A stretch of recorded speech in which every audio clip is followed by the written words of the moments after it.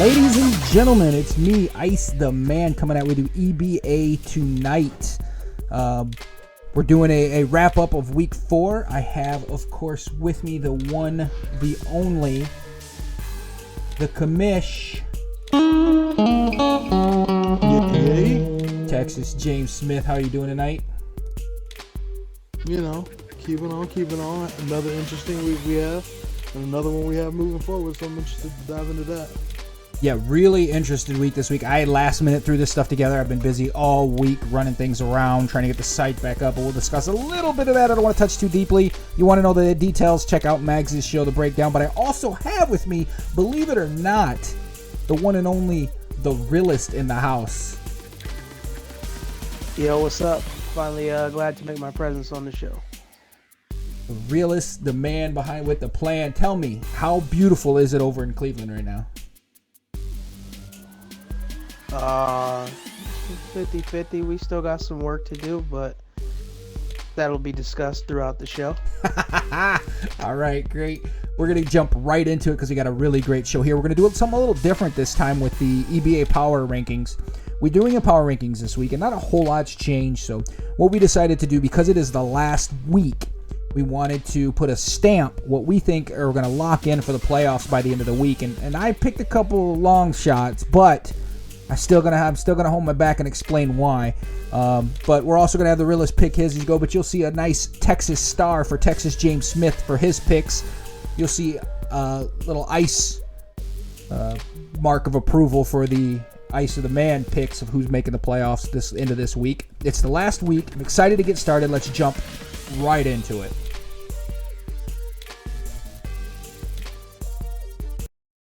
Starting out at number 10, we have the San Antonio Spurs.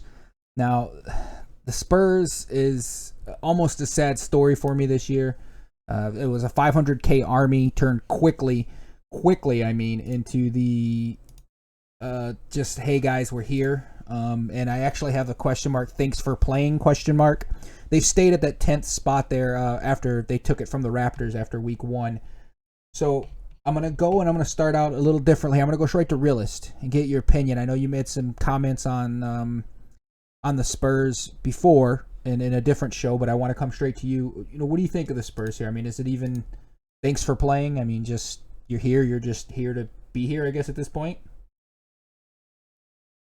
Yeah, with the Spurs, I mean, I think everybody was skeptical of them right away when, like you said, they're the 500K army. Every player on their roster that was bidded on went for 500K.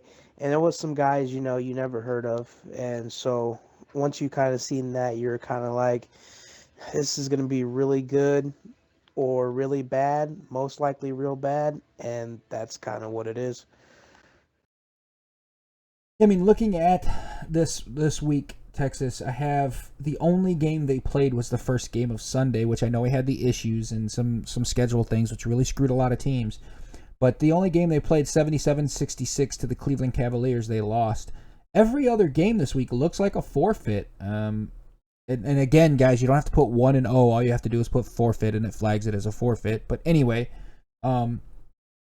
every other team took the forfeit against them this week.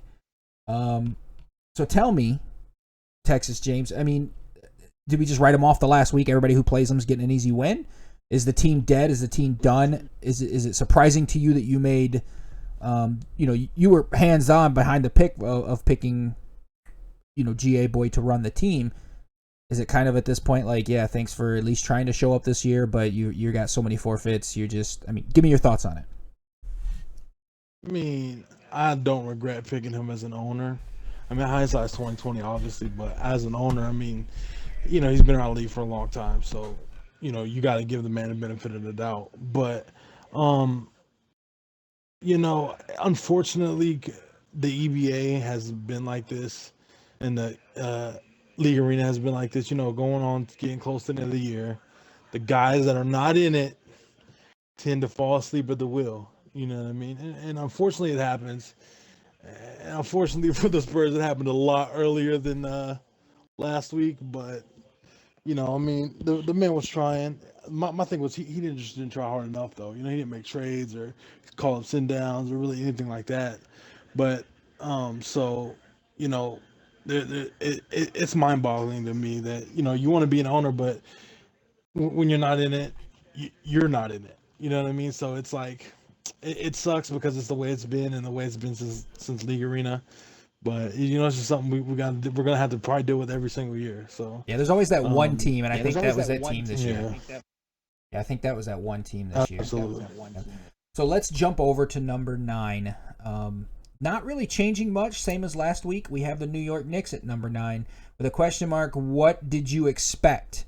And that question mark is really, I mean, what did you expect from them, Texas James, with the fact of an owner quitting, their roster getting shooken up a little bit, the trades not going through due to the site being down and not being able to process quick enough to get them on a roll because some people are playing, and we'll talk about that a little later. But what did you expect from them? I mean, did you expect them to do what they're doing now? Yeah, I think everybody expected that. I mean, when you lose Fab and then you lose your owner, and then your owner traded away Woody the week before, which was like your most active, high-profile guy, scoring guy that you have. So yeah, it was expected for them to fall off, man. And if they would have turned it around, like if they would have kept it up and kept winning, it would have been mind-blowing for them to be able to do that. So it's expected for that to happen. Unfortunately, we ran out of signups and random assignments a little earlier than what we accounted for. So that hurts some of those teams that really need guys.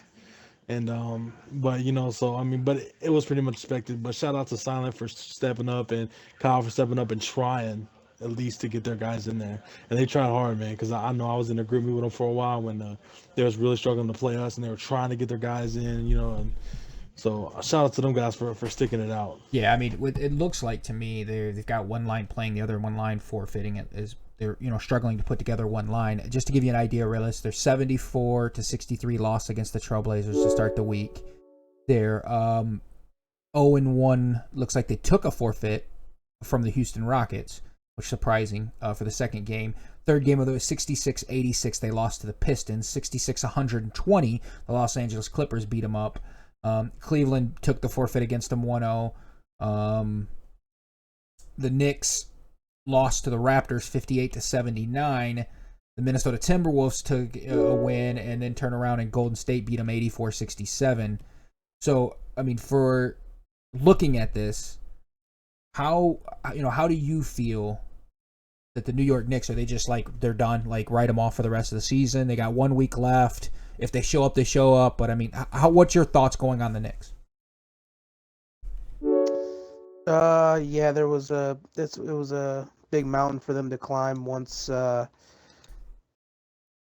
Snyder decided to quit, and then Fab quit, and then you had a couple guys said that they were just going to be done with it too. I know we were scheduled to play them one time this week. I think it was Monday. Yeah, I think Monday night. Silent wasn't home at the time. I know Silent. I talked to him a lot. And he couldn't really help. He tried the best he did. Kyle was online. I tried to help him, get some guys, gave him an extra 15 minutes, telling him we'd wait for him to see if they could get anybody, but they just don't have the guys, and they don't have the TC players. Yeah, I mean, I see them at number 9, and I think that's where they're staying. Ever since they traded Woody, it was just a downhill. And I'm not saying Woody was the glue. I'm just saying that I think that was a bad move, letting go of Woody when he was helping your other second long be strong, and he's another leader on the team. So, but moving on, let's move on to number 8. We have the Toronto Raptors at number 8, and that's the same place they stood last week. However, the Toronto Raptors, I got at the bottom, surprised, ? They are surprising some people, and I'll go over their wins and losses here in just a minute. But coming right back to you, Realist, do you feel surprised that the Toronto Raptors have made such a huge turnaround from where they're at? Or from where they started, I guess. Well, 0-8. Well, this is what I'll say for the Raptors. The Raptors, I felt as a team, were not the best until the patch. I felt like when it was before the patch, it was kind of just a one-man show with Kyle Lowry, and you could really just focus in on Kyle Lowry and try to take everybody away. But I've noticed lately that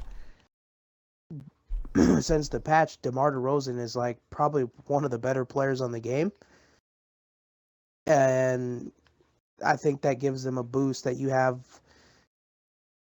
one of the best backcourts on the game, and now you can't really just put all your focus in on Lowry and DeRozan finishes at the basket, other things like that. And no, I'm not surprised that they're getting the wins that they do. I know the second line has been having trouble getting some guys with Champ being out of town, stuff like that. But no, Shump's lines, it's real. Their line's really good. They took it to us 2 times this week, and I think they beat us last week too. And the patch has really helped that Raptors team because the first 2 times we played them, patch, my team came out on top. But no, I'm not really surprised that Shump line's doing what they're doing. Yeah, I have been a part of every win but 2 of that whole, and one was a forfeit, so I can count or not count. I've only not been a part of one win from that Raptors team. Being on the team, I can say we struggled like a motherfucker this week trying to get guys to show up and be there because Champ being out of town, and I guess he had some work issues, but he still brought his Xbox with him, is what's being said. So, he showed up for a couple games he could make, but we still were throwing like half lines together that's never played before, and we're in. We played the Trailblazers this week, and we're in week 4, and we've never played this line that we threw on there. Never played together ever, and the Trailblazers proved that to us when we went up against Mike Mann's line. I think they beat us by like 60. I mean, they just stomped us. But here's some of the games for the week. They forfeited to the Houston Rockets for the first game on Sunday. Golden State beat them 98-68 for the second game on Sunday. Third game on Sunday, they beat the Cleveland Cavaliers 95-81. They took a forfeit to the Minnesota Timberwolves. Portland beat them 125-60. That's the game I was in. And if I was a normal person like all these other crybabies, I would have quit and went and posted I retire like a little baby, but I took my ass whooping like a man. So Toronto Raptors 79-58 beat the Knicks. 87-73 beat Detroit. 93-82 beat the Cavaliers. So almost all their games were wins this week, except that Portland game, and the other 2 were forfeits. So, I mean, they pulled off some pretty big wins. In the standings, they're not that far out. Moving over to you, Texas, how do you feel at number 8? I have, like I said, my cold star, ice stamp of approval. I have them catching the Pistons and beating them this week. Now, when I did this, they were only 4 games behind. It looks like now they're 5. Setting at 12-20, while Detroit setting at 17-15. So they pretty much have to go undefeated. Do you think the Toronto Raptors can make a huge upset and pull into the playoffs here? No. And I mean, I just don't think it's possible, man. I mean, as big of personalities you could say they have in Detroit, they're winning games. So I mean, to think they're gonna slip that far behind, that's not gonna happen. They got the best big man on 2K. I think we can all agree on that. Drummond's a monster. So, there's no way that they're gonna catch them. Yeah, I mean, the Toronto Raptors would almost have to go undefeated next week, and Detroit would have to lose almost all games but 2, I believe, is what we were saying earlier, Realist. So, I'm the only one that gave them a gold star or a cold star from Ice, but I just so everybody knows, I'm not playing favorites because I'm no longer on that team. So, and I knew I was not going to be on that team after this week. I had a little information. So, with saying that, I still think they have a shot. It's a far shot, but I think there's going to be an upset in process where people are going to be blown away by the end of the week. So, moving on to number 7, you got the Houston Rockets.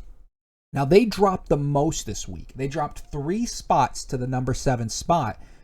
And surprisingly, they weren't showing up to games. The games they were showing up to, they were losing. It's really surprising this week, how they played out. And we were talking about this before we went on air. I mean, Texas James Smith, I got tripping, falling with a question mark. Tripping, falling, I can't get up from the old DMX song. But I got your Texas star of approval. You got them going to the playoffs. You got a stamp saying they're in the playoffs. So explain that a little bit to me.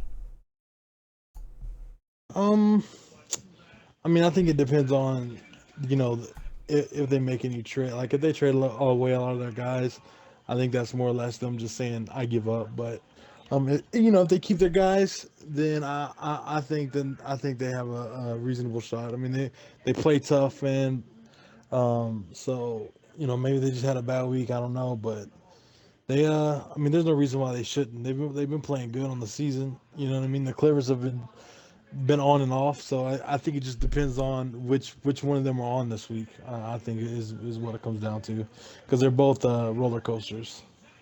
Yeah, I mean, right now the Clippers are ahead of them in the standings, although they're not ahead of them by far. You've got them at 15 and 16, and they're at 14 and 16. So there's a game that's not recorded somewhere along the way for the Rockets. But looking at the Rockets here, just to kind of run through and give you a heads up, trying to find it, all the way down here at the bottom. This is how it looked, realist. It looked on Sunday. They took a forfeit against the Raptors. They won that game, but they took the forfeit from the Raptors. That's like two of their only wins all week. They lost to New York. I imagine they took a forfeit against San Antonio, but nothing's being entered. So I'm assuming either they forfeit or San Antonio took the forfeit. One or the other. One of those teams happened to be a forfeit, I'm sure. So Houston, they lost 77-97 against Golden State. They got beat by the Clippers 83-73. It looks like they're tied right now. So if you're on Rockets owner / GM, whoever's on, go and fix your schedule, because it looks like it's 73-73. But if I click on it, it says Portland won. But I was told by Texas, who was in the game, that they think they lost by 1. So I think that's the only real win they had of the whole week that wasn't a forfeit. And then the Cleveland, of course, beat them 62-55. And I'm still waiting on the LA Clippers games from Wednesday to be put in the statistics. So tell me, realist, you played them this week a little. I don't know if your line played them, but your team played them this week. Do you think they're tripping and falling, and do you have them in the playoffs? No, my line did not play them. That was Abyss's line. They're tough to judge. Right now, I'm gonna have to say I'm gonna put them in at that 3rd seed over the Clippers. Just because with this last week coming up, I as an owner, and as far as getting the job done and the players that they have, I trust Revolves to get that team to the playoffs. And But you they think? they do have some tripping and falling moments. Yeah, this week was definitely one of them. I'm really surprised that that they fell off as bad as they did this week. And to be honest with you, I'm not sure they can make a jump back. Like, it's only one game. It isn't like they've completely fallen off. But I heard rumors, and he might just be running his mouth. But I heard rumors saying they're trying to unload their entire team, that they're just done. They're waiting for the season to end. They're trying to unload. Everybody's on the trading block, so they're ready to unload it before midnight tonight. So if there's somebody you want on the Rockets, you need to go get them. Let's move to the next step here, number 6. I got the Los Angeles Clippers staying at the same spot there that they've been at pretty much since the beginning here. I believe I had them at 6 for the whole year. Talk about a perfect power ranking, because they're still right there in that number 6 spot. I have them with a question mark saying "you being real?" The Los Angeles Clippers. I also have them stamped as my choice of holding on a playoff, probably 3rd seed. Playoff seed which I think they're too far away to make the 1st or the 2nd, especially with the run the Golden State's making. But I have them at the 3rd seed there, with my star saying they are going to make the playoffs.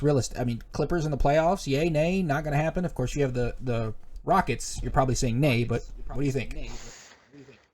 Yeah, I'm gonna have to say no, just because I've witnessed like you just said, some things. Like you said, you've seen things with the Rockets. I've seen things with the Clippers. They got players, wanting to be traded. They just traded Corrupted, which I think for them was a mistake, because I think he was probably their best individual player. That was a Devana trade. Yeah, I know. But yeah, I Request or know that whatever. it was a request, so they didn't really have a choice. So that hurt them a lot, I feel.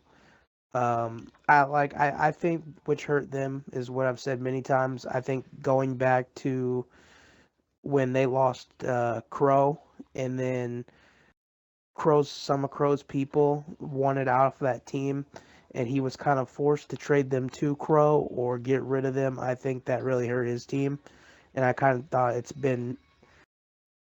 uh, it would be a shocker if that team made the playoffs since that moment. And I played them one game this week, and I filled in with Abyss's line because he needed someone, and that whatever they put together, that just wasn't good. Yeah, I mean, it looks like here they have the Sunday game. They took a forfeit to Minnesota, which it seems like a lot of people's forfeit to Minnesota. Poor Minnesota, because those guys just want to play.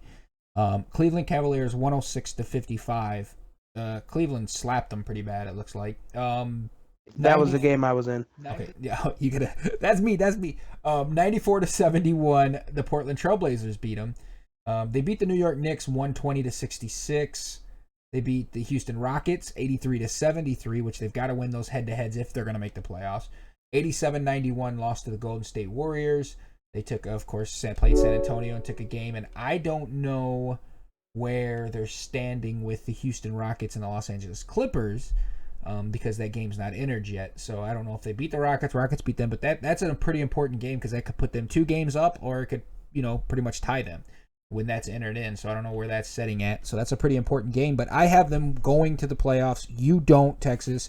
I said you being real with a question mark because they did win a few games that I didn't expect them to win this week. Also, this is where I got you being real from. They traded Corrupted for yours truly, Ice the Man. Now, my owner came to me and said, hey, I didn't want to move you all season. I had a couple people inquiring because, I'm active is my main positive thing, and I got a pretty open schedule in the evening. So, and I show up and I play decent. I'm going to put 7 to 10 points up. If you're lucky, you might get 12 to 15 out of me, but you got to put me on somebody better than Terrence Ross. And that's just me. I'm going to play halfway decent defense and do my best I can and at least play team ball. But without patting myself on the back too much, I'm not a Corrupted. That's not a fair trade. That's broke. But Corrupted said, I'm not playing with you. You got to move me. And he said, well, either I blacklist you or I get something for you. I'd rather have an active player. I know Ice is active. I'm going to send you to Toronto. And they're thinking Toronto's not going to make the playoffs anyway, so I'm going to send you to a team that's not going to pull it out because they've got to really win every game next week. And it's hard to do with the lines that he currently has not showing up or, with availabilities. So anyway, going to you, Texas, before I keep battling. Number 6, is that a good spot for Los Angeles Clippers is my question. You being real, question mark, are they a real team to be competed with or not? I got to say, just because I have the Rockets edging them into the playoffs does not mean I don't think they can do it. Because with him trading for you after losing rivals to retirement, he needs active guys, and he made a couple other trades. I think he got Beastie, yes, as well, yes, and which is a big help for him. But what I'm saying is, if he can get guys in the game, if he can just get people in. Now I know sometimes you throw a line together and shit happens like what happened with Realist when he just you slap him. Which it happens, I mean, you throw a line together, you're gonna lose, as you know, Ice. The wrong, played us this week with the patch line, and you'll get slapped. But I think if he can just get his guys in the games, and I think he'll have a chance because he has the Clippers, you know what I mean, which is a great team. You got DeAndre, Blake. I mean, you could just name stars for days going down that roster. So if you can just get some decent guys in the game to play. Give yourself a chance. I mean, that's all it takes when you have a great roster like the Clips. Give yourself a chance to take it that extra step, and who knows, man? You might find himself in the playoffs after Thanksgiving. Yeah, it's going to be difficult, I think, for them to make the playoffs, but I've got them locked on my cold star here to make the playoffs. One of the reasons is because I'm on the team, and I think that, and he proved last season, let's be honest, if you show up, you got a lot better chance of winning if you just show the fuck up, because a lot of these teams aren't. And last season was worse than this season, but still we have a few teams this season that just can't put it together with the 2 lines, which is kind of sad. But let's move on to number 5.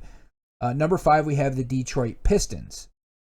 Now, they stayed the same they were last week, so they didn't move anywhere on the power rankings. Most of the teams did. One, because last week was really rough to go back through when I was going through today, looking at the power rankings. And there's a lot of these I wanted to move around. But instead of moving them around just based on how they did in the previous week, because last week was so messed up, I figured, well, that's one bad week. Let's take a look at their standings. And really, their standings held out to me over the rest. But I do have them losing out to the Toronto Raptors only because Detroit lost some key games this week. And they won a couple, which surprised me. One was against your team, the Portland Trail Blazers. So you have them stamped in, they're in, you've already got them locked in. Can they hold out, Texas James Smith? That's a question mark I have. Can they hold out? Even though there's a lot of guys on that team that I'm not fond of, as a personality wise, they're ballers. They got some ballers over there, and E Money is one of them. E Money balls out. So as long as they get their guys in the game, as long as they get their guys in half their games, they'll hold out. Toronto ain't making the playoffs. If they make the playoffs, I will be floored. It will just blow my mind. Well, that's with the big upset. Now I have them losing on Sunday. They got beat by Golden State 96-60. They did beat the Portland Trailblazers 76-68. Tell me, Texas James Smith, did you get dropped off by garbage? Who? You never heard the drop by garbage? I don't. That's a trending thing when garbage beats you. He sends you something called drop by garbage. Who's garbage? Garbage Assassin. No? Come on, really? No? Okay. Well, shout out to Garbage. Anyway, they turned around, and after beating the Portland Trailblazers, they lost to New York. I'm sorry, they beat New York 86-66, but I think everybody's beat New York now. Detroit Pistons, they did lose the Cleveland Cavaliers 87-62. They lost to the Minnesota Timberwolves 91-75. They beat the Spurs on a forfeit from the Spurs. And they lost to the Raptors 73-87. If I would have had a good game, I would have sent Garbage dropped by ice, but I did not have a good game. My game was suspect, so I just hid in a corner and shot threes. That's normal for me. So, and they took a forfeit to the Minnesota Timberwolves at the end of the week. Realist, you've got those guys pretty much locked as well. We discussed this in the other show with Mags, but what are your thoughts on Detroit Pistons, and don't hold back? Yeah, I got them at that third spot. I think, even if we don't get our shit together, they're only 2 games behind us. They could sneak up and beat us, and anything's possible. But that team, I know, like I said at first, I honestly thought they might be a little. When I played, I'm really cool with Trainer. I talked to him. I know a lot of people don't like him. I'm sorry about that. Me and him are, we're cool. I don't have a problem with Trainer. We goof around. He's a goofy guy. That's because you're a white guy, right? No, I'm not white, bro. Oh. I'm 50% white. So. Well, he likes half of you then, but go ahead. Yeah. And Trainer, you gotta understand, Trainer's really not racist. I swear to you, he's not. Half the time, some of the stuff he says isn't even him. It's E-Money photoshopping it. So I'll just let you know that. Oh, wow. But, yeah. But anyways, I really thought that they would be a threat at the beginning of the season in the East. I thought they'd shock some people because Boban and Drummond was kind of like when the game first came out, everybody's trying to get used to it. That shit was tough to deal with. But once they lost Reggie Jackson, it kind of became tougher for them.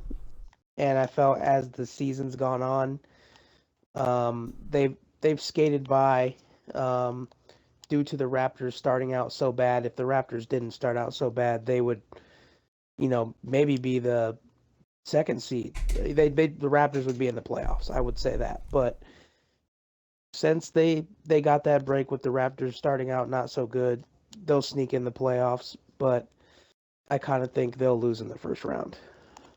You think the Pistons will lose in the first round against you guys, right? Of course, you got to go with your team. Yeah. Yeah. So looking at this a little more in depth, because this is a hot seat position right here with Detroit and Toronto, and realistically, this is the only what I consider hot seat position. The other one's close, and I think that this one's right here is not as close as I'm making it. But you have the Detroit Pistons. They were actually ranked 3 in the rankings in week 2. So in week 2, I had them at power ranking at 3. That's how powerful they were in the beginning. They were slapping the shit out of people. I don't know if the patch came out and something happened, or if something happened with the players moving around, some trades happened. I'm not sure. But I do know that they slowly have been falling off, especially the last couple weeks. But you have, on Sunday, they play Cleveland. Also on Sunday, they play New York. They play Toronto. Those are all in. They have to win those 3. Those are all right in their conference. That could pretty much seal Toronto out if they beat them. So Toronto has to win that game, especially if if Detroit beats Cleveland right there one way or the other. So you could help Toronto or hurt Toronto by that win. But those 3 games are pretty important right away on Sunday. From there, they've got the Clippers, the Rockets, the Warriors, the Trailblazers, and the Knicks. I see in there at least 2 losses. At least. The rest could be a flip of a coin. Depends on what team shows up. Is it the team from week 2 or the Pistons that's been playing as of late? Move along here to number 4. I have the Cleveland Cavaliers at number 4. Your team, realistically, you're down 1 spot to what you were last week, and that's really only based on the performance this week, and maybe you can discuss that a little more. But we both have stars on you. I've got the cold star, and Texas James Smith's got his Texas star. We've locked you in as saying you're definitely have a playoff seed. You're not going to fall. I mean, it's, I think, mathematically impossible for you to fall any lower, or low to fall, keep yourself out. You could probably swap that 3rd seed, but I got you pretty close to the 2nd seed. I know Texas does as well. What do you think, Realist? I mean, where are you going right now? Where's your team going? What's going on with your team? We've hit a cold patch. My line has we lost a couple of games this week to the Raptors. Shump's line came out and had a really good game plan and played real well. Whatever supposedly Farrah said that he made me switch positions because me and Mr. User Pick were just trying something as a test because we know we have pretty much a playoff spot set up. That shit's hilarious to me. Why could somebody make me switch positions when my stats, statistics, and then record-wise, I'm probably doing as one of the better players in the league. Definitely not the best. I've had some bad games this season, and I've had some pretty good games this season, but nobody could ever make me switch positions. So that shit's hilarious to me. And then while we're at it, Texas, I just wanted to get this out the way. I don't I was know actually if going to bring is- this up. Yeah. I don't know if this is your personal opinion or if somebody's told you this. What's up with my line plays all the easy games? And I'll let you say what you have to say first, and then I'll say what I Will have do. to say. Will do. Now, let So you me go ahead, get brother. into the Cleveland Cavaliers real quick. Regardless of however you're going to try to defend it, Abyss has a good strategy, man. I mean, puts his best line against the shit people, which it's a valid strategy, man. And by doing that, there's no way you're gonna fall out to number 2 in the Eastern spot. So the Cavs are easily gonna make the playoffs at the number 2 spot there, which the way the playoffs are gonna be is not really gonna be any difference from, the 2nd or 3rd spot. But the strategy that y'all have in place there has worked. I've done it before in the VFL. When you have a weaker line, there's no point in sitting your strong line against stronger lines when you can easily just skate through the playoffs the way you are doing it now, which is valid. So I'm not knocking it, but I find it funny. I mean, I was knocking it on the forums, But I felt a little attacked by my homo remarks that I made, which I admit now after going back and hearing it was very on the colorful side. So, um, but regardless of however you try to defend it, I mean, I've went back and flipped through the scores and seen it, but it's a valid strategy.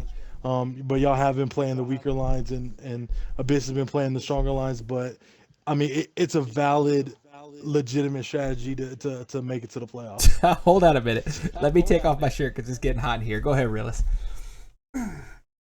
Okay, so let me say this. Is this your opinion that we play the weaker lines, or is this something somebody has told you? It has been said, and I'll go and try to find the screenshot for you and send it to you on the group me. But it has definitely been brought up multiple times, which it is my opinion as well. Just going through and looking at it, you can Okay. easily tell. Okay, so I'm going to tell you what happens. Our line, if whatever you feel is the weaker lines, if you go look at most of our games ever since week 1, I don't feel like week 1 you could tell me how you feel. I don't feel you can really judge somebody, a team, how they play until after the first week, because you don't know what anybody's going to be. You can assume, you don't know. Agreed.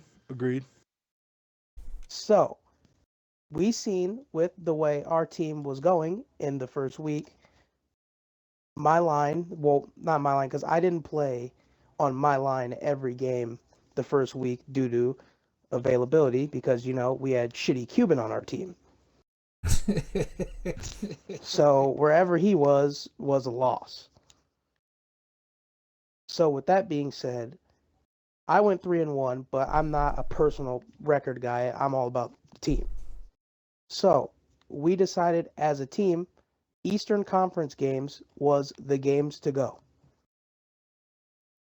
So why would we not play Eastern Conference games when at the end of the day, they're going to be more important, because if it comes down to record, you're going to want to get the wins over the Eastern Conference teams. And most of my games have been against probably the Pistons, who are a playoff team.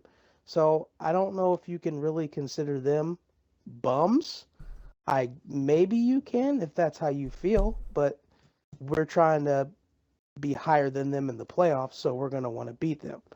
And then we play the Raptors, and Ice can tell you we're not playing their bum line because we're playing Shump's line every game. Because we're headhunting you. I mean, I'm not Okay. say we Exactly. like I'm on the team, but Okay, regardless, if you go and look at Shump's record on the season, it's still not gonna be what the other better teams are. Now, like I said, it's a valid strategy. All right, playing the East, okay, that makes sense. I get it. There's some weak ass teams in the East. Got you. It makes more sense now. But regardless, I mean, it's still a valid strategy, and there are bum teams over there. I've played, I think, every West team once this season, except for the Rockets. No, and I haven't played the Blazers. So I played every team in the Clippers, the Warriors, and Spurs, and never lost to a West team. So, I mean, from what it sounds like you're trying to say is basically all the good teams are in the West and all the bad teams are in the East. Not all. no, what he's trying to say is I you're didn't bum say- I hunting. didn't- That's what I heard. Yes, that is exactly what I'm saying. So Okay, I'm hold on. Okay, let's move confused on. how it's. I agree 100% with both of you. You say you're not bum hunting. You're going after Eastern teams. He's saying it's a good thing, but he thinks you're bum hunting.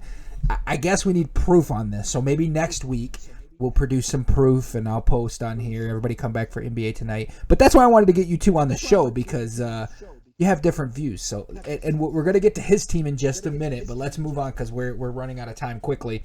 The Cleveland Cavaliers beat the San Antonio Spurs 77-64 this week.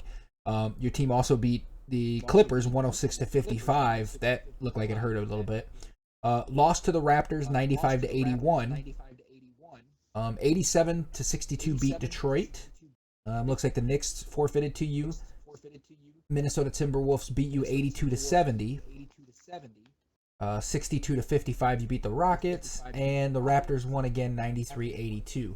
I can tell you from experience on the Raptors side, those two wins, we weren't throwing a line together. We were putting some solid guys in order to win those games. So, we're headhunting you, so it's only fair, I guess, that you headhunt us if that's your mentality of beating the East. But I agree with you, Realist. I understand what you're trying to say. It's a good point. I also understand what he's trying to say. The bum hunting, I think it's kind of hard to do with two lines, but and not only that, but which line beat the Trailblazers this week? The Portland Trailblazers, 74-72. Which line for our team? Yes.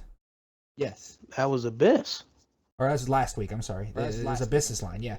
And that's what I brought up last week as well, that if they're bum hunting, I wouldn't want to play their top line because their bottom line's beating some of the West teams. Anyway, moving on, and I know you have more to say, so let's move on to number 3. I've got the Golden State Warriors up the highest jump at 4 spots this week. Of course, we both got them going to the playoffs. You see the Texas Star, and you see my Cold Star here. Golden State has made an amazing turnaround since Crow has taken over and getting some of his guys. I don't know what the trade looks like this week. We're going to go over those a little bit, so I don't know if he moved a couple pieces here or there, send up, call down training camp. But we all knew when Crow took over, he's going to play well on that team. I know he smacked the crap out of our team this week. We were competitive with him for 3 quarters, and then you just can't keep up with those shooters. Man, the shooters are ridiculous on that team. And even Crow was working me. I had to swap off. I couldn't cover him anymore. I couldn't cover Kevin Durant with Terrence Ross. I had to swap and tell somebody else, hey, you got to take him, man. He's making me look stupid out here. So with that being said, the number 1 seed, I have a number 1 seed question mark. Do you think the Golden State Warriors can come back, beat your team, and take the number 1 seed? Because they're coming into the playoffs, or coming into this last week, very, very hot. And do you think they're just going to continue that run and go right through and take the number 1 seed into the playoffs from you at Texas? Or from your team, I should say. Unfortunately, I do think it's possible. We got a tough schedule this week. And, we got slapped by them dudes this week before, we take any shots for that later. But just going to throw that out there to get everybody prepared for that one. We did get slapped by them dudes this week. It was just one of those games where, you go down a little and, shit falls apart quick. Especially the Golden State, that happens. But, man, I really don't want to fall to number 2, but I think they're definitely going to make us earn the number 1 spot for sure. It's Golden State. And it wasn't that Carroll turned the team around when he took over, because the team was already doing well, before he was there. But they fell off when Carroll took over due to, moving guys around, guys pissed off, guys salty, panties in a wad, whatever. And then, when Carroll got his guys, they kicked it back up again. So I don't think it was more or less Carroll turned them around because they were already doing well. Just that, he took a hit trying to get all his guys. And then, now he's back on rhythm and back on course to what Golden State should be. Right now the standings show them, let me see, 18, 5 games behind you. I doubt they're going to overtake you this week. It's going to be pretty hard to do because your team's not crap. So, they're going to pull out their own wins. But looking at this, Realist, they got the Sunday game. They beat the Pistons 96-60. Listen to some of these scores. Golden State Warriors beat the Raptors 98-68. The Timberwolves 70-88. They lost to the Timberwolves. It's the only team that really beat them this week. 97-77 beat the Rockets. Of course, they took the forfeit from the Spurs. Beat the Clippers 91-87. Beat the Portland Trailblazers 115-74. Beat the Knicks 84-67. So, one game lost this week, and it was to arguably the best team right now in the EBA, Minnesota Timberwolves. I've got them number 1, I think, since the season started. So, what are your thoughts on this, Realist? Do you think they could take the number 1 seed? Also, do you see them continue rising, and how scary are they going to be moving forward? Well, first of all, I'm not 100% sure right now. So how many games are they behind the Blazers before I answer that? Will they take them the first seed? Right now, it's 23-9 and 18-14. So No. they almost have to win out, and Portland has to lose. Pretty much lose out. Maybe I think they can only win only one. I think this week. Maybe two. If they win two, I think they lock it. Win three. Sorry. They can't overtake them for the number 1 seed. That's not possible. But going into the playoffs, they could end up coming out of the West because they have Crow. He knows what he's doing. He's a smart owner. And I mean, they have the Golden State Warriors. They got the best team on the game, so anything could happen. Now, we talked a little bit on the breakdown about this. You said you felt they needed to be, like, they should not have been, or they should have been blacklisted, or the whole team, as the Golden State Warriors, as a team, should not have been able to play. They should have been kicked out of the league from that side. Now, you play on the Cleveland, which is arguably, I mean, yeah, you say it's not the second best, but they've got some pretty strong stars over there that's hard to stop as well. Of course, we've seen they can take a beating, but I mean, do you still feel strongly that this could be the chance? Crow's never won a championship. This is his best chance if he doesn't screw it up again in the playoffs to really, he's got the best team. He's got a really good chance to go ahead and take it all the way. Do you still feel strongly for next season they really need to look at banning the Golden State Warriors? Yeah, but like we discussed, me personally, yes. And if somebody says no, I mean, that's cool with me. It doesn't bother me as myself. My opinion, I think they should, and I've said why. If you want me to say why, I can, but it no, I mean, I think everybody knows why you feel that way. They're just hard to. You said the 99 overall. Nobody can compare with a 90. No, you can't even make a guy that's 99 overall. So nobody can compare with that. It's just well, not 99 overalls. I mean, obviously, like, I don't know, and everybody doesn't play Pro-Am, so everybody doesn't know. But if you play Pro-Am, and it doesn't even really relate to the league, so maybe people feel totally different. So like I said, it's just my opinion. But like if you play Pro-Am, if you look at a guy like Kevin Durant, I don't think you can make create a player to use online as fast, as tall, as athletic, and as good as Kevin Durant.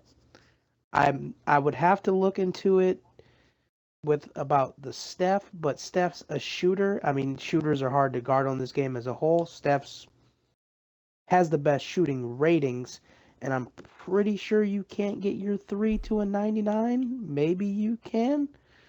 But I mean, like, even if you look like if you look on like the legend teams, like when the game first came out, they had 4 guys who were a 90 or above. Mm-hmm.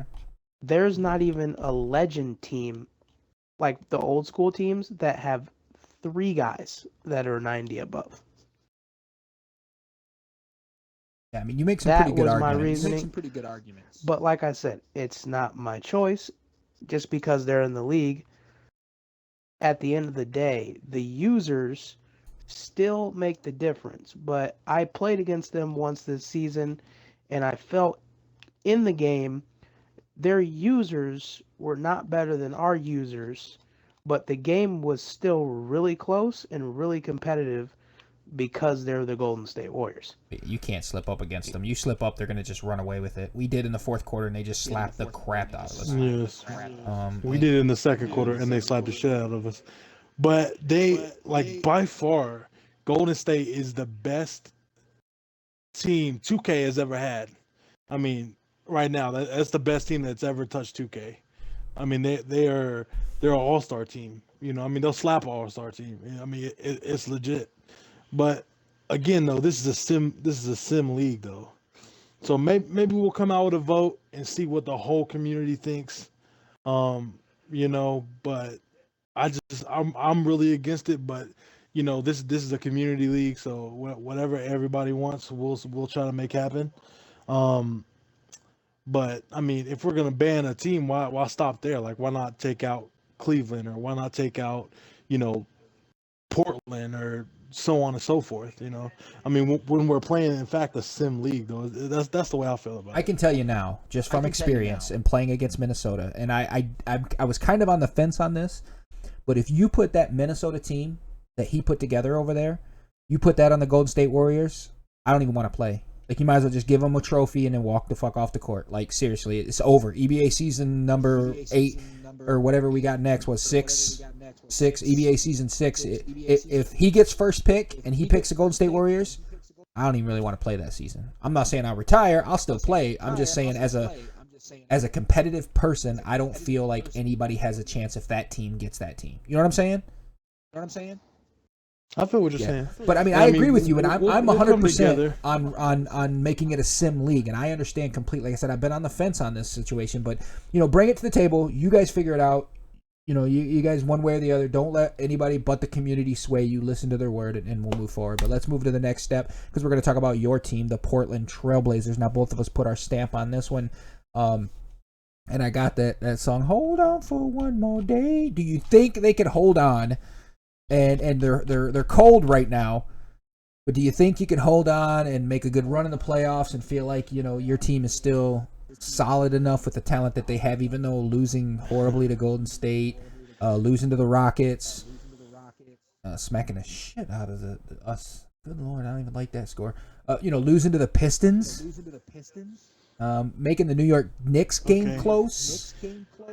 I mean, it was like 10. But okay, look, we have a great team, no homo, and we have great players, no homo. Mike and Fig and Alpha and all those guys are amazing players, no homo. So when we move on to this next week and we'll get our wins and we will hang on to the first place because I mean we got a great team. No homo. But there's no reason why we won't hold on to that first spot. Golden State's great, but they're not gonna. I don't think they're gonna. The wins for them and the losses for us isn't gonna be significant enough to move past us. So I think we'll get our first round bye, and because we got some great players. No homo. Now you were saying, Realist, I'm gonna leave you a shot here. You were saying that that you don't think that they could lose that first spot. Let me just give you a little bit what they look like going into next week. They got the Rockets, which they lost to, Golden State, which they lost to just last week. Both of those were losses. Clippers, which they've struggled in the past, which I've said this many times. Without Fig in that game, they have a good shot of losing that game. The Cleveland Cavaliers, your team, which you're going to say, well, we're going to win that one. Minnesota Timberwolves, that's another hard team. The only teams that I feel next week that you can pretty much count a win in Portland column over there is the New York Knicks and Detroit Pistons.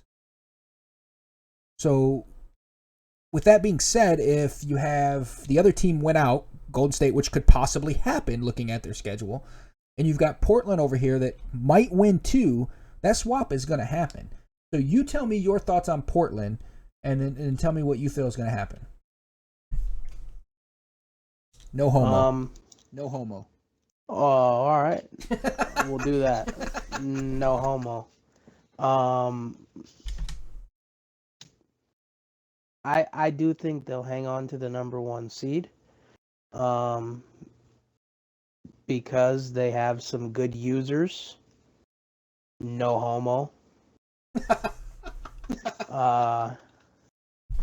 And I just don't think they're gonna lose that many games to allow the Warriors to jump them. But as I just said when we talked about the Warriors, anything's possible in the playoffs. But as far as the regular season, I think they got the number 1 seed. Yeah, I can tell you this: if Crow wins with the Golden State Warriors, they're banned next season. Like they got to be banned because he can't win with nobody else. So moving on to the number 1 spot. I got the Timberwolves at number 1, and I don't know how many games you've played them this year, Realist, but I know going against them is an absolute nightmare. And they've made a couple key point changes here and there that I feel made their team is only stronger this year.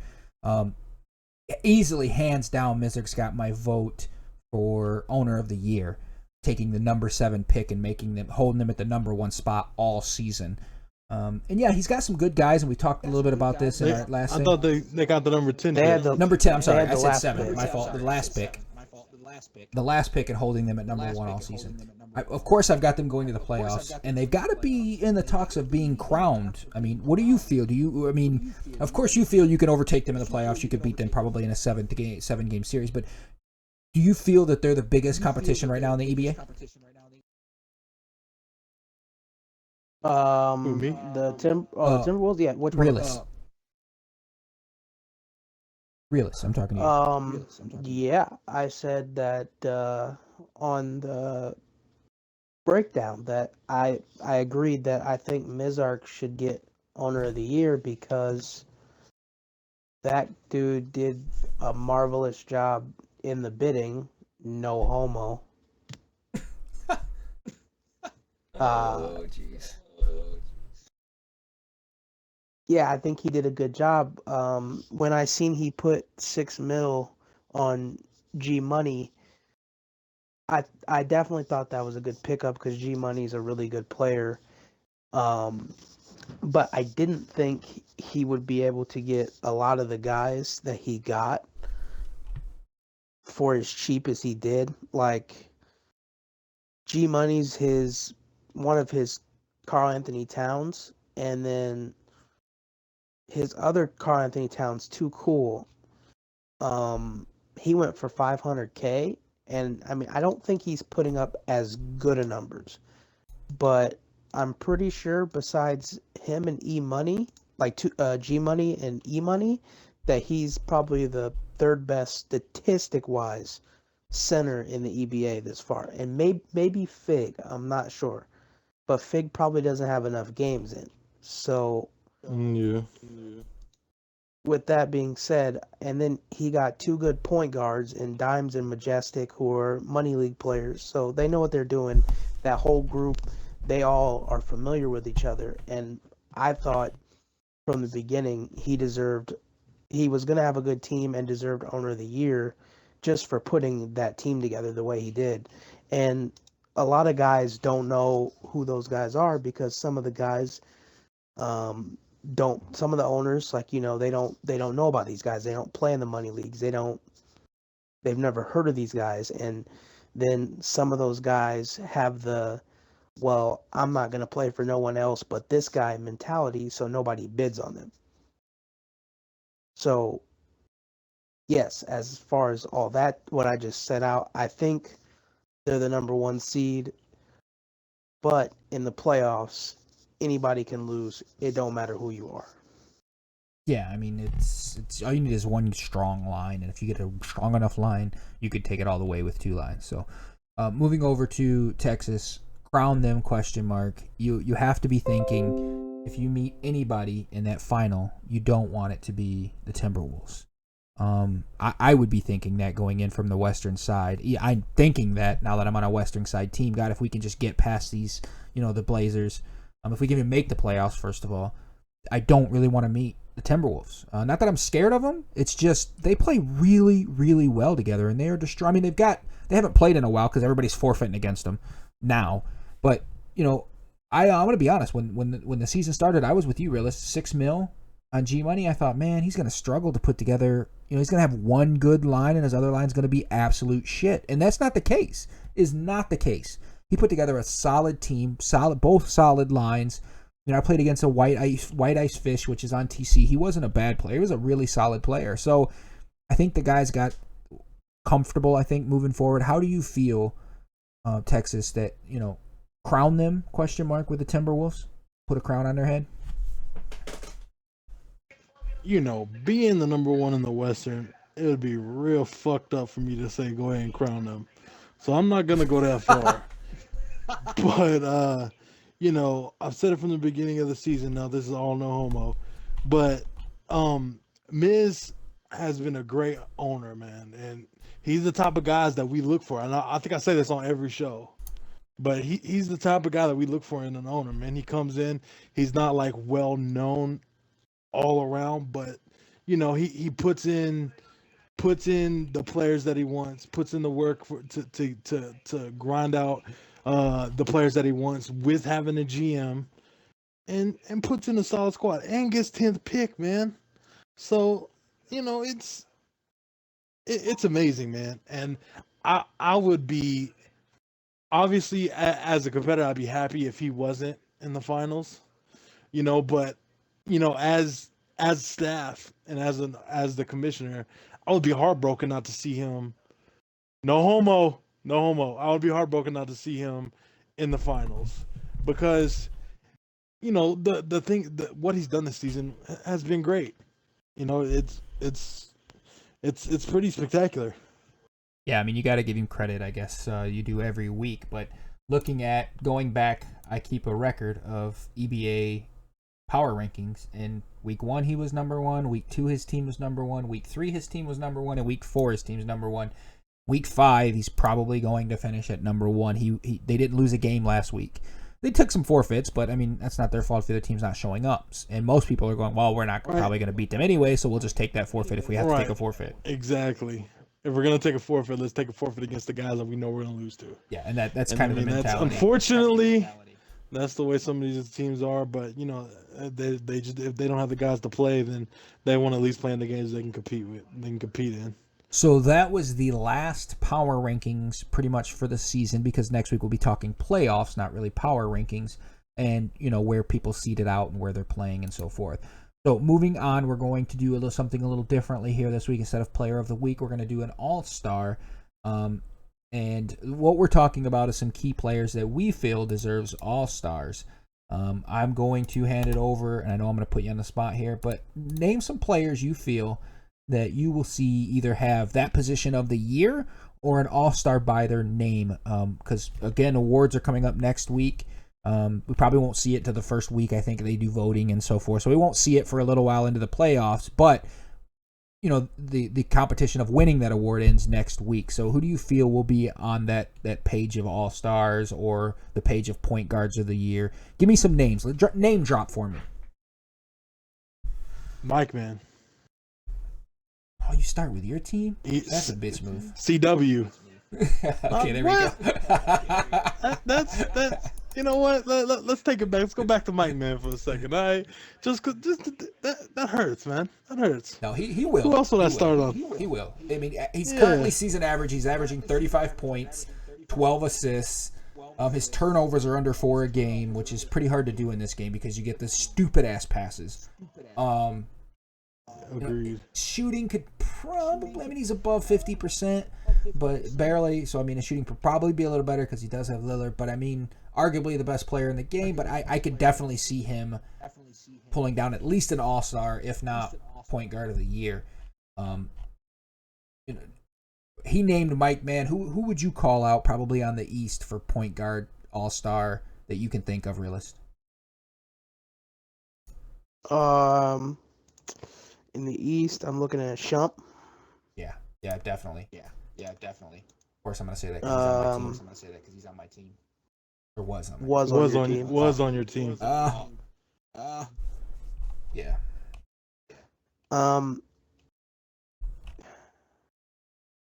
If we're doing 3 point guards in the East, I would say Shump, Drew, and Trainer. If we're not doing 3 point guards in the East and we're doing 2 because of it being 2 lines, I would say Shump and Drew. I believe we're doing 3. The rules don't change based on how many lines we have, from my understanding, unless we only had like 4 teams or something, but or 8 teams.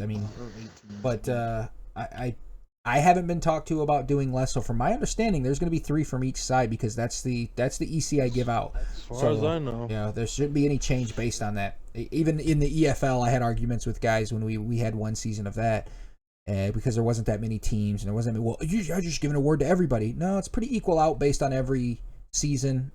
That this is what we do, and because the league is smaller or larger, that's not. That's not the player's fault. They still performed at a higher level. But, yeah, so I'm assuming there'll be 3. And I would probably agree with you on all those picks. especially Shump, because I played with him, and like I said in the breakdown, which nobody watches that show, so we need to quit referencing that garbage ass show that Mags puts on. So I mean, I agree with you on that. Do you see any other guys that really stand out this season, James, that you feel are easily going to get an All-Star, maybe even player of award? G Money. G Money's definitely gonna get something. Maybe Woody. Woody might get something. He's been playing well. But let me go back to G Money for a second, man. G Money has been balling. This man has been killing it, and I'm pretty sure he's on Cat looking at his numbers. You know, I mean, obviously, he's gonna come in and he's gonna get an award, if not, more. I mean, an All-Star, if not more. Flicking over to my our bum hunting colleague over here, Realist. He's gonna he's definitely gonna get something. I mean, all jokes aside, though, he's definitely up there with his numbers. Swizzerk, he's been balling. You think he'll get Rookie of the Year? This is his first year. Is it really? I believe it's his first year. I don't think he's ever played. He's. I'm pretty sure. I can tell you right now if he's played. But with that, my bad for cutting you off, James. If you were gonna say something, you're good. No, you're good. Yeah, he is a rookie, so he'll win it. Yeah, I mean he's 23 points is what he's averaging. His shot percent, field goals made 9.1, and field goal attempts 15.2. So he's starting to take more and more shots and take control. That's why you see more and more wins coming out of that, because I mean he's the star there. So who he plays on DeRozan. Right. But what were you going to say, Realist, before I cut you off? I was going to say, since the patch, I've noticed he's been more aggressive. He's shooting a higher percentage. He's more involved in the offense. As playing on LeBron, and so like DeRozan and LeBron kind of have the same skill set in a certain way. Mm-hmm. Their games are similar. I felt like playing with LeBron since the patch, with where you can actually make layups when you go to the basket now. It's a huge difference. So I would say Swizzerk has by far, from what I've seen, playing games against him and looking at his stats, has been the best player since the patch. Yeah, he's definitely stepped it up, and I've been saying this from week one because I've been on this team and I've played with Swizzerk on MLline a couple times. I've been saying this from week one that if he can take control and say, this is my team, which is hard to do when you're kind of stepping in as a rookie. You're kind of like, I don't want to shake up anything. I'm just playing with my boy Shump, and I'm just kind of leading it all. And if you ask Shump, he just says he breastfeeds him. So, I mean, you cut to the basket, he breastfeeds him, and he gets all the shots. But I always thought Shump, when he came in from day one, that the 500K is probably the steal of the draft or the bidding, and that if he could learn to step up and take control, he's going to be scary, which he has been these last. And going into this last week, he needs to be. They've got no shot of making the playoffs if Shump and Swizzer can't get together and make it a dual threat, along with a big man down there. We got King this week, which really helps. Or not King, I'm sorry, Truth. I'm the Truth, or Eric Dreadhead, I believe is his name on the site. Raptors. Yeah. The Raptors got the Truth. Yeah, well, yeah, I'm sorry. We. I say we. And we see because I've been a Raptor. Even if they win, I'm still rooting for them. They're in the East. I'm not really against the thing, so I'm a little biased. It's my, the fact that Farrah stuck it out. Yes, there's some rumors going around that question his ability to lead a team, but the fact that he stuck it out and he's been really open and group me about, guys, I'm sorry this is happening, or he's been pretty honest and straightforward with me from day one. He's earned a new level of respect. I can tell you, I never really cared much for the guy from the beginning. Only because me and Farrah, whenever we play, you got to ignore him. He just says some things that really irritate the shit out of you.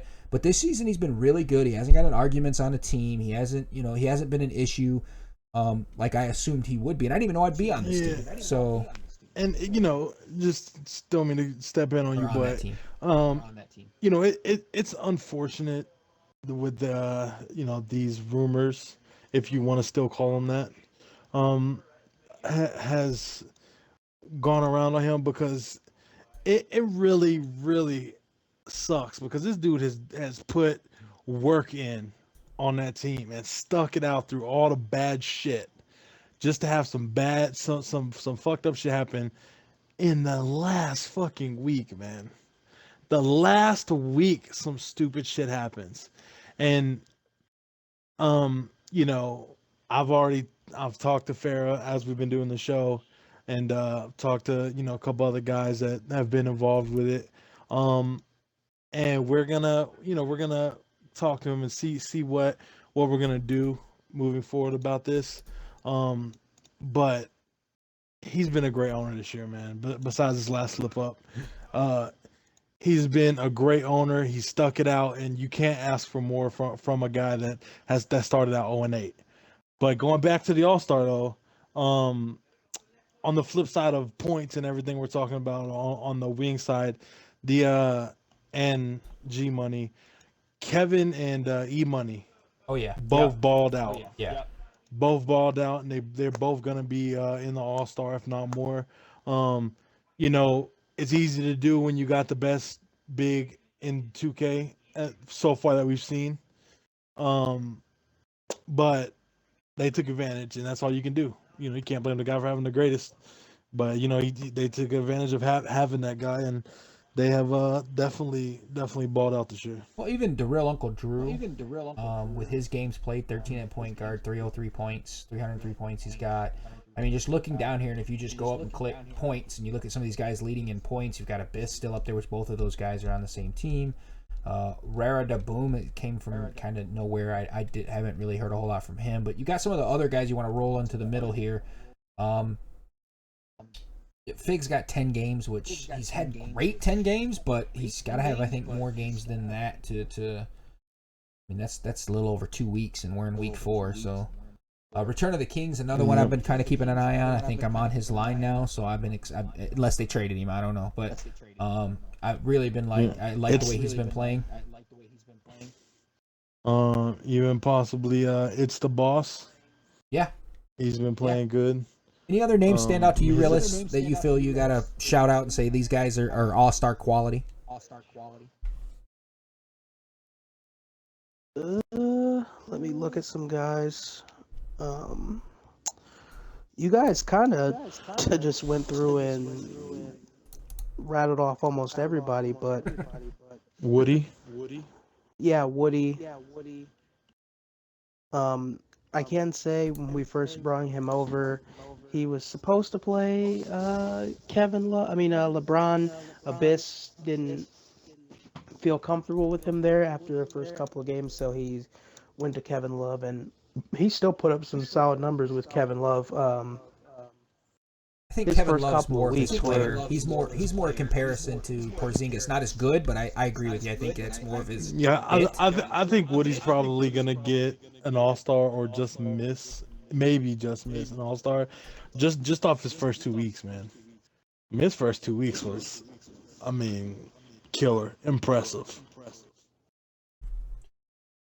Yeah. What do you say about this? Not earth rattling or anything.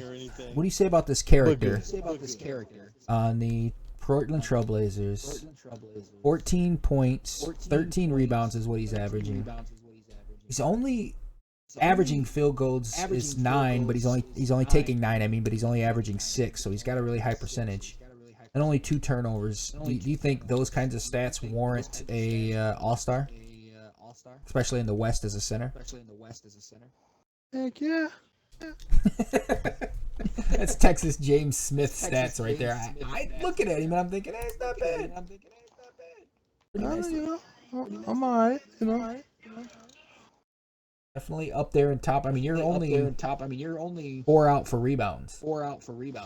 And the guys that are beating you are, and that's pretty good to do with Portland base. Not to toot your own horn, but anyway, let's ask. I want to ask a question to each of you real quick, and then we can move on. So, if you had to name the MVP of the season right now, who would you name? Let's go to Realist first.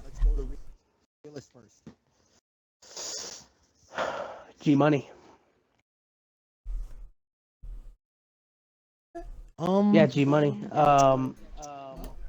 He's putting up some really good numbers, and I'm pretty sure he hasn't lost a game. Okay, so he's putting up 31 points, 12 rebounds. He's shooting amazing, of course, when you're under the basket, grabbing the rebound and putting your own stuff up. It's pretty awesome. 13 for 19 is what he's averaging per game. He has 2.5 turnovers a game. So, but what do you think, Texas? You know, I hate that you asked him first because I'm not gonna go and say the same as him because I concur. I think he is right there at the cusp, and I think his record is what's really gonna give him the MVP. And I'm gonna sound like a damn biased asshole because of this, but I don't want to pick the same uh MVP as him, but that's why I hate that you asked him first. But Mike, man, is gonna be able to compete for the MVP.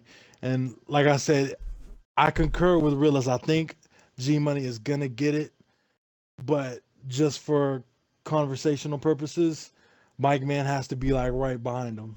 And the thing that's gonna set G Money apart is going to be his record. Yeah, I mean, with Lillard, he shot a lot more, but he is putting up, 43 points, 54 points, 35 points. I mean, 40 points. He's only had a couple bad games, which isn't even. I mean, his bad games are 21 points. So I mean, it's not even bad. Like that's a good game for me. But 35.42 points is what he's averaging to 12.5 assists. So I mean, he's doing work.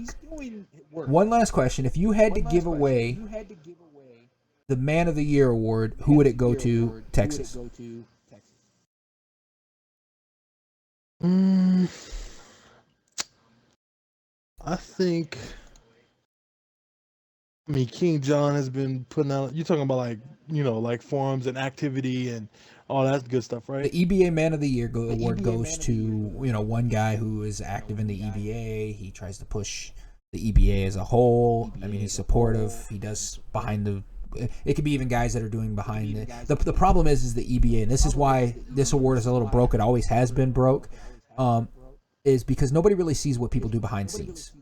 You do as a commissioner, so that's why I went to you first, because everybody sees King John posting, which I'm not saying he does or does not deserve it. Everybody sees, I believe, Realist. You do some posting in there, right? I mean, you do some media stuff.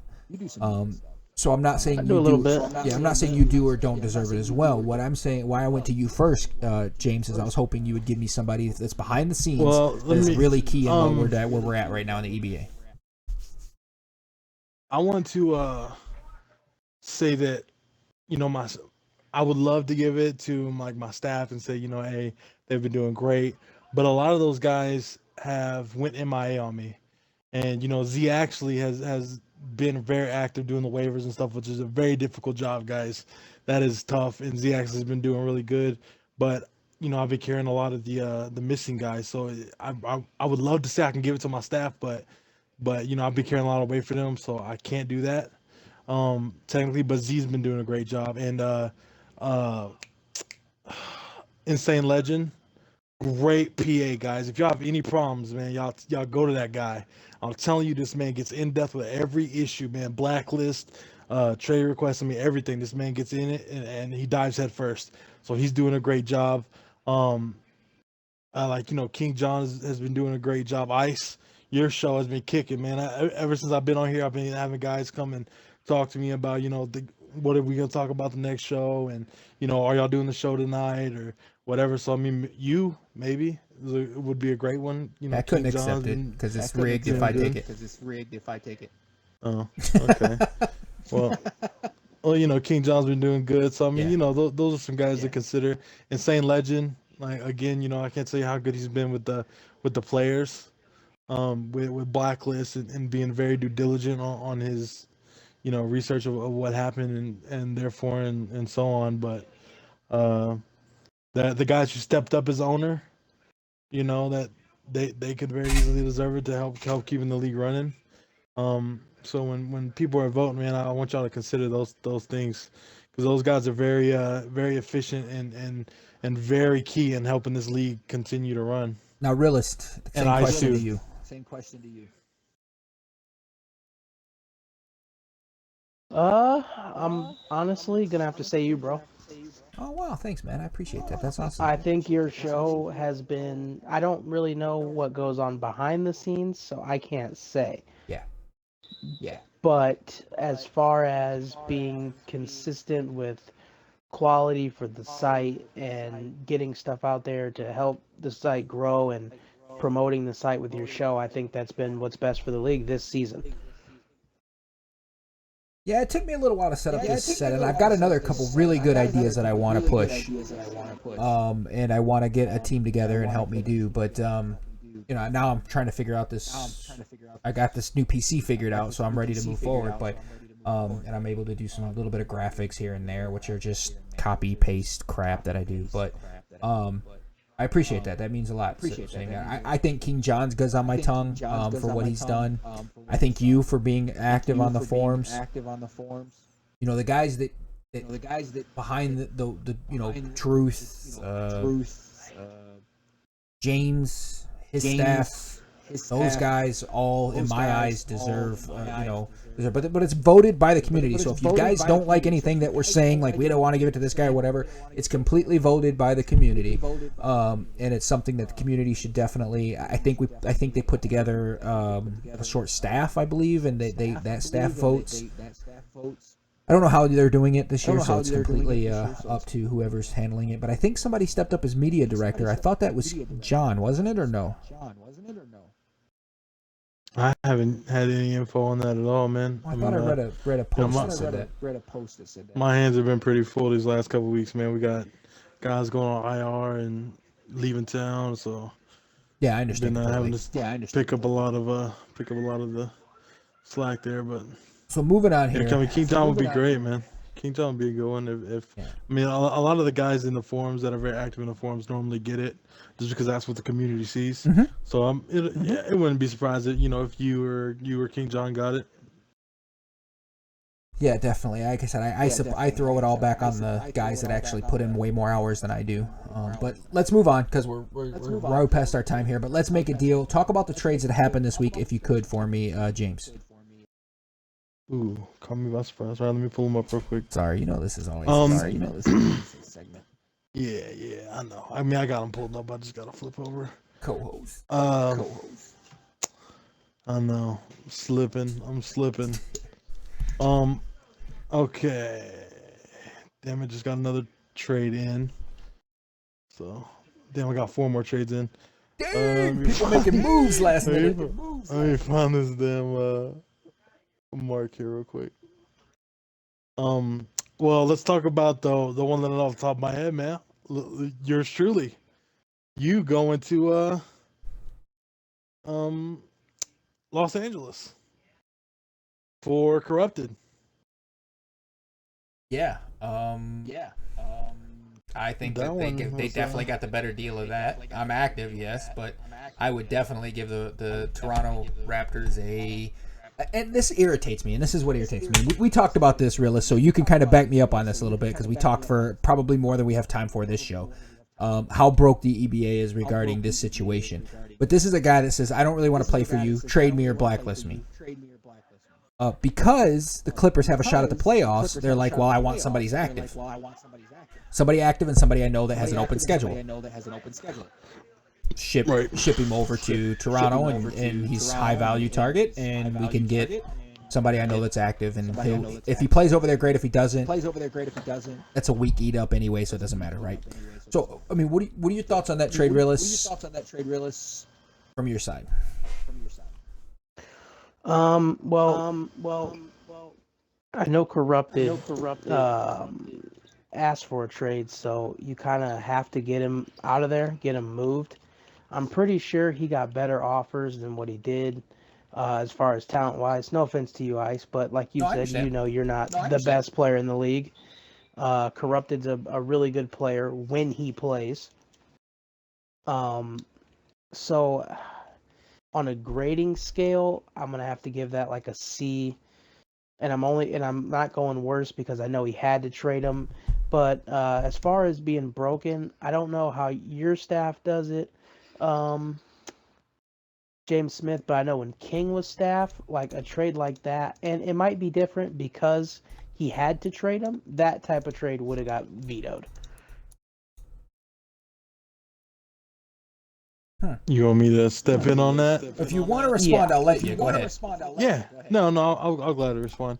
And the main reason why we didn't really veto that, we didn't even consider vetoing it, is because of what I said. I mean, he demanded a trade, and on top of that, I mean, he tried to shop him. Like, we're in the owners group me, so as staff, so we get to see everything that goes on and all that. And he worked really hard on trying to get him out of there and trying to do this and trying to do that, but you know it came down the wire on, this is what we need, and the Clippers got what they wanted at the end of the day. I mean, they're still in the hunt for the playoffs, so they need a guy that can show up and get them there. Because last week, they were struggling to get guys in, and they only did so because they only were able to do it because San Antonio, took a couple of L's on the forfeit, so they had a couple guys have extra games. So that's one of the reasons why we did that. We won't step in on a trade unless there's something really, like, unless you could just tell that that's some shady ass shit going on there. Let me just get rid of my boys so they can go play, somewhere else where, some shit like that.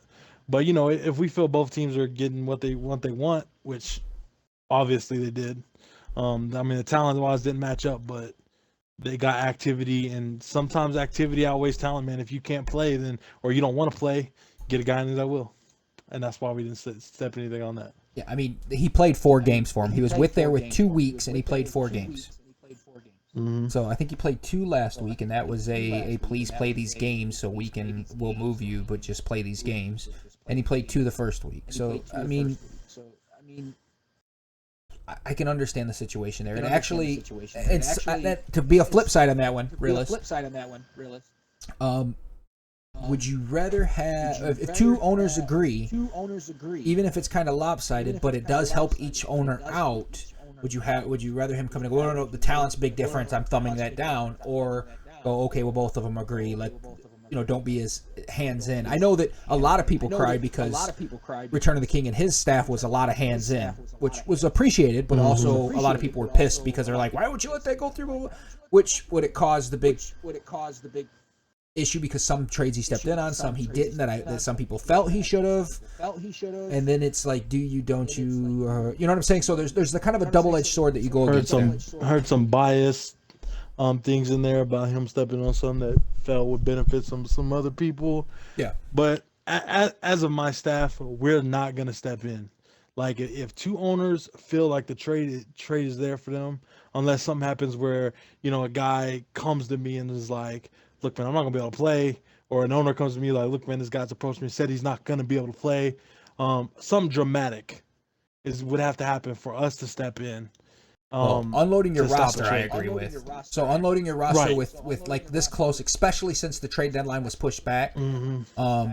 Unloading your roster right before playoffs because you're not going to make playoffs would be reason I would hope that you and your staff would step in. If you're seeing like top-notch guys going to teams that have a shot, but the other team that team has a shot, but they're not being competitive. I mean, the whole reason of the league is to stay competitive, which I do agree it was this year. So let's move on. We're getting caught up in we're in the woods. Carolina God for Bulls 2K. Carolina God to Knicks. Bulls 2K to the Raptors.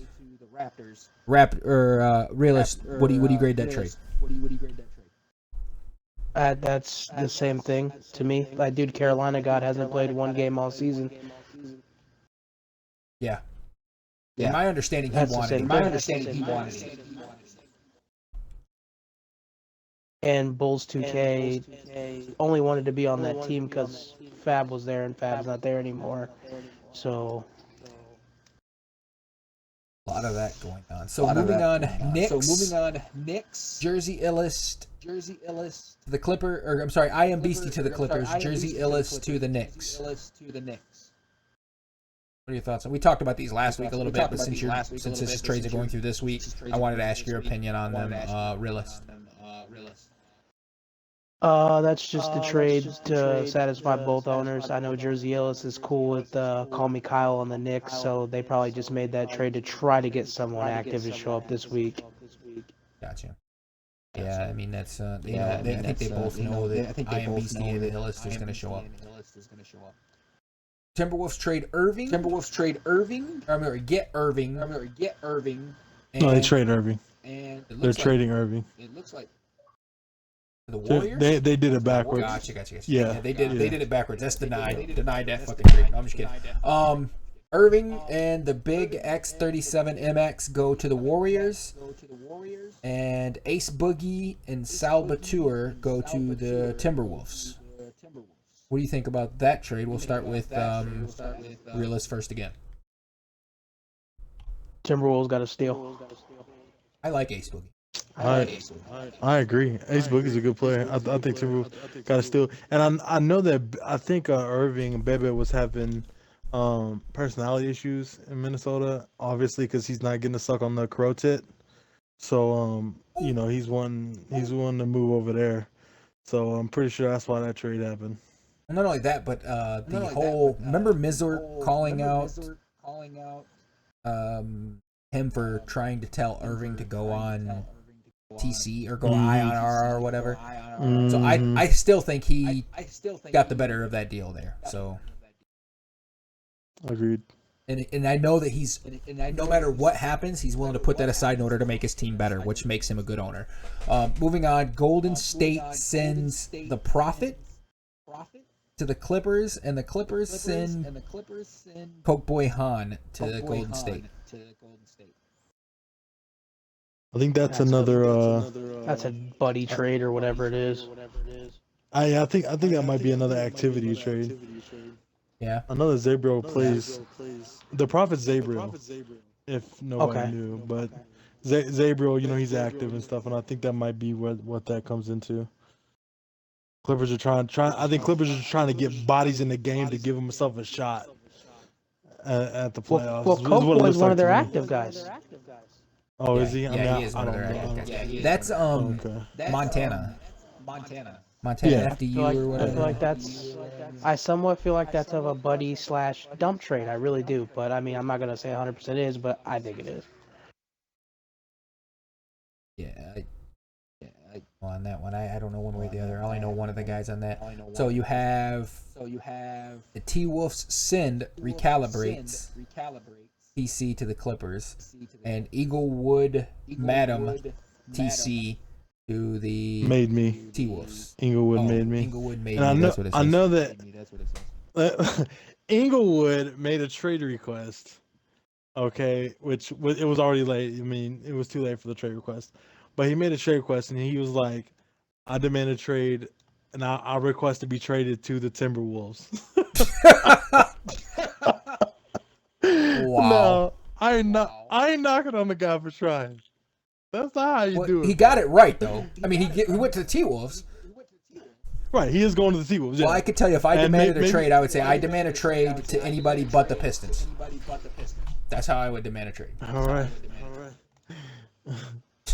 Wow. But so I mean, at least he got to go where he wants to go, and Recalibrates is a decent player. I mean, I don't know how active he is this season or not, but he's been good in the past for the league. Kind of think that's another dump trade, from my opinion. Well, he said I want to go to Timberwolves, so I can tell you this: of me knowing that, and he's on TC, even if the Timberwolves win it all, that kid probably won't get a trophy. I'm just saying.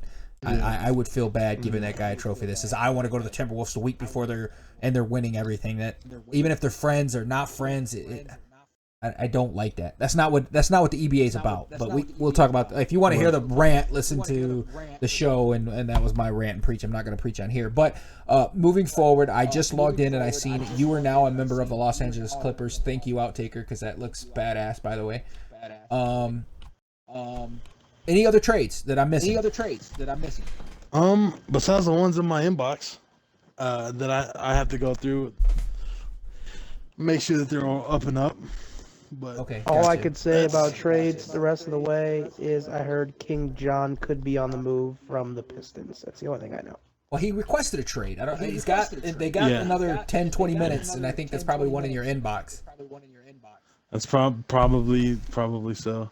Yeah. I think he is on the move, and I'm pretty sure I already read this one. I think he's going to Clippers. the Rockets. And I think it's for Doumbia. Doumbia probably. Yeah. Yeah. I think it's for Doumbia. Doumbia wants out. Nope. Probably Revolve's trying to get rid of his guys. Come on, really? We'll go and I'm pretty sure it's Doumbia. Maybe. I'm going piss really quick though, so I'll be right back. If that's the case, he also dumped Melo B. Ballin to the what I'm hearing to the Raptors as well, which is that's starting to look like he's dumping his team. And that's not a good. That's bad. Can't be good. Yeah. I'm gonna see how this night finishes up though before we go and do anything else. Next is the bro moment for the week. And I believe that Save ends me. our show. Mine. I'm going piss. Okay, well we'll start with you then. But mute your mic before you go. Let me go first, bro. Bro, how you gonna come on the show and then take a piss when it's a bro moment? Bruh. Bro, I gotta drain my cock. No homo, right? Bro. Or a big homo. How you gonna call me homo and then talk about cock on the TV, bro? Come on, man. Bro, come on, man. Bro. I got a couple bros. Nah. And one is aimed at Texas James Smith that he's going to have to defend. Oh, my goodness. I know. All right. Hit me with it. All right, here we go. Bro, I know the website was down. And I know that was all my fault. Okay. But, bro, how are you not going to do trades and screw these teams that are expecting people to go certain places? I could have been playing a week earlier over at Clippers. Bro, no, you wouldn't have. Because the trade didn't come in before the site went down. Okay, or not. But still, bro, I would still be on the Raptors at least, which I'd be okay with, even though we probably won't make the playoffs. I'd still be all right. And, But, and bro, you were still on the Raptors. But look, your trade came in like an hour and a half ago. I know, but they've already had it wrote up. They just didn't. He didn't finalize it until he knew he's going to get some other people to move me along. But anyway, bro, like, I know you said your guy went MIA on you. I don't know how serious that is, but no trade. Like, explain yourself, please, to me. No, that has nothing to do with it. I mean, I can handle all the business myself. It ain't no thing. But, I mean, bro, how you gonna let the site go down on trade deadline day? I know. I tried everything possible to get it back up as soon as possible. I know. But you got to defend your bro first. You can't come at me with it, bro. Then you have 2.5, 3 days even to get it back up, bro. I know when you're dealing with outsourcers, man. I know. I'm not doing it myself. I swear. I paid him money. That's what I'm saying. I'm not bringing the site down myself. You know, somebody else did it. Ain't my fault. So you telling me the trade deadline push was because of my fault? Absolutely, 100%. Man, that hurts. Oh, that hurts bad, bro. Also, bro, what week is this? Week 4, right? Mm-hmm. Why are we still can't enter stats correctly? Like, seriously? Like, we still don't know how to enter statistics? And how does GA Boy still got a job? I know we don't have that many people, but a job, and he's forfeiting like tons of matches every week. All right, I'm back, by the way. I mean, I can remove him and give it to somebody else on the team. Nah, never mind now. You might as well just let him finish it out. Exactly. I mean, he was still playing up to last week, man. I mean, he would forfeit here and there, but he was getting his guys, man. He would play at least over half of the games a week, easy. I'm gonna stop picking on last week was rough. Go ahead, you can bro now. I'm done. No, I already broed on you, bro. You ain't gonna bro on me without getting broed back. All right, realist bro, your moment. Let me grab it so I can make 100% sure it was what was said. I don't like to say stuff that was okay. It goes to defeat you from the Clippers, the owner, and we talked about how Cleveland and these other owners, talk shit to their players. You got defeat you talking to CW. He says, I don't get paid for this shit, so it's a duty, not a job. And stats officially don't have to be in until Thursday before midnight. CW goes on to say, trash ass owner. Defeat You responds with, bitches need to shut the fuck up. Just sit there and look pretty. I hope you enjoy the I hope you enjoy the forfeit games next week. CW, because you're not getting no games. Your new line will be Brady, North Sides or whatever his name is, TC, and you. Have fun, buddy. Oh my goodness. Oh my goodness. That's my bro moment of the week. Wow, that's just a call out. That's not a bro, but yeah, I agree with you. Like, bro, seriously. Go listen. Whoever wants to go listen to the end at least, because I know a lot of people said they started losing interest of Mag's post or Mag's show when he started talking about the real NBA. But go listen to the end of it. If he kept it on there, we kind of had a preaching moment where we explained the EBA is broken, why the EBA is broken, how we fix it. I'm gonna show you right now how you can fix it. Look, I'm on my Xbox app right now. I'm going to show you something that you can go in and you can find clubs, right? So I went on. I've been doing this the last couple weeks. I've been joining clubs that have like 2,000 people in them, and they're all 2K clubs. One of them has like 10,000. So you can join these clubs.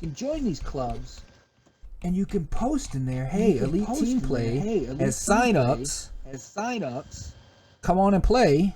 It's a simulation style fantasy basketball 5v5 style. Come play. So what I'm asking everybody out there that's listening, if you want to fix the EBA, the first thing we need is more players. So we can get rid of all these 100%. garbage ass motherfuckers. You got guys going to owners going, I want to go move here. Or I want to be traded because I'm not happy where I'm at. Owners should be blacklisting those guys. Should be. I don't want to show up and play. Guess what? That's fine. You blacklist. Bye. You don't want to show up and play. Bye. So with that being said, I need everyone's help to go out and get guys to sign up. Because if more people sign up, and don't just go get your buddy. Tell anybody you're playing Pro-Am with a friend and grade them, or you play Pro-Am against other people, spam them. Get more people to sign up to the site, because I'm telling you right now, if you want EBA to be better, it starts with us getting more players. Before I go, Okay, let me clear some up any too. shout outs there? Go ahead. But before we take off with trades, guys, look. Guys that you trade for that you know have been accepted as a trade doesn't mean you can trade them instantly right when you get them. If you want to do something like that, do a 3-team trade, because they're not going to be on your roster until midnight Thursday night. Okay. Tonight was a little different. I had the show tonight, and I can't be on really late, so I went ahead and moved the rosters around early tonight. But normally, when a trade happens, you cannot trade the player you just got unless you want to do a 3-team trade, all in one trade, because they're technically not on your roster until midnight that night, because that's when the deadline is. You already trying to move me? Just be aware of that. Be aware of that in the future. Okay. Already trying to drop and move my ass. All right, I see. All right, before we go, Realist, I appreciate you coming on the show today. Even though you had some words with my co-host, I thought it'd be a good moment. Good moment on podcast EBA gotta tonight. Sell tickets. Gotta sell tickets. I gotta sell tickets. Gotta create the drama where I got it. So, Realist, any shout outs, any hollers, anything? I appreciate you coming on.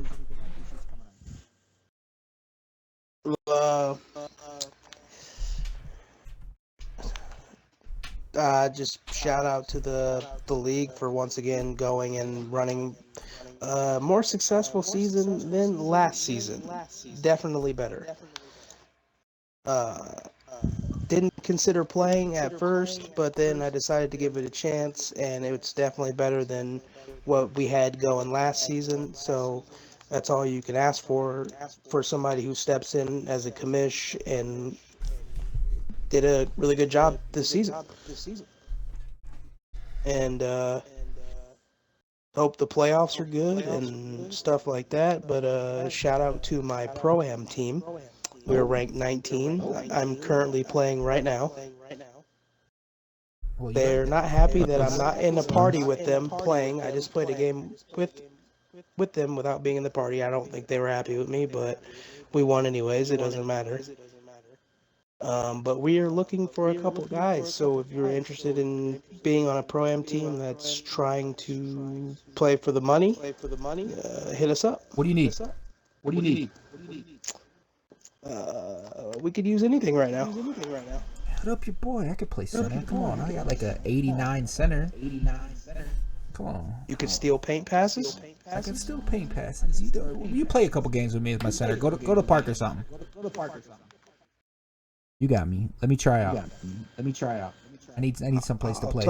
I'll talk to the guys. The guys can be like, Iceman, fuck no. All right. So I appreciate you being on the show, Realist. I know you got to go and jump on the thing. We went like an hour over roughly, so let's move along quickly here. I want to say thank you to the commission for being my co-host so far, and we're going to continue to do this show all the way through the playoffs as long as we can put it together. So the commission. Texas Here always, man. I'll be here next week, and I'll be in the playoffs next week. Same bet. So, I'll be around. All right, brother. Thank you. Any shout outs for you? Anything you want to say? You good to go?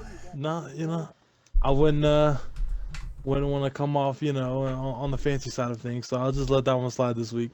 Okay. Don't come off on the fancies. Thank you, everyone, for tuning in, who tuned in, and everybody who's going to watch later. Appreciate it. The continued support of EBA, we appreciate. And this is EBA Tonight. God bless you guys, man. You want to do me a solid, though? What do you need? I'm talking to James? Texas. Let's do this, man. Go ahead and send me them screenshots. Of the or if I tell you who I think said it, you can just go ahead and make it easier and just tell me that who said something about it. Let me see if I can find it real quick. Hold on. I gotta scroll way back. Hold on. Because I'm 95%